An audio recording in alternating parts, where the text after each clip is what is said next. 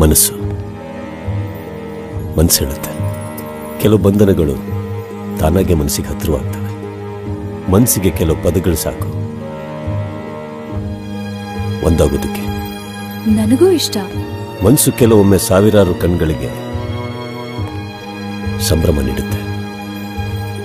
ಮನಸ್ಸು ಕೆಲವೊಮ್ಮೆ ಚಿಂತಿಸುತ್ತೆ ಮೌನದಿಂದ. ಮನಸ್ಸು ಹೇಳೋದು ಅದೇ, ನಮ್ಮ ಬಂಧನ, ನಮ್ಮ ಪ್ರೇಮ, ನಮ್ಮ ಅಭಿಮಾನ, ನಮ್ಮ ಸಿರಿವಂತಿಕೆ, ನಮ್ಮ ಸಂತೋಷ. ಜೀವನದ ಅಮೂಲ್ಯವಾದ ಕ್ಷಣಗಳಲ್ಲಿ ಮನಸ್ಸು ಹೇಳುತ್ತೆ. Zoya Lucas. Joya Lucas, world's favorite jeweler.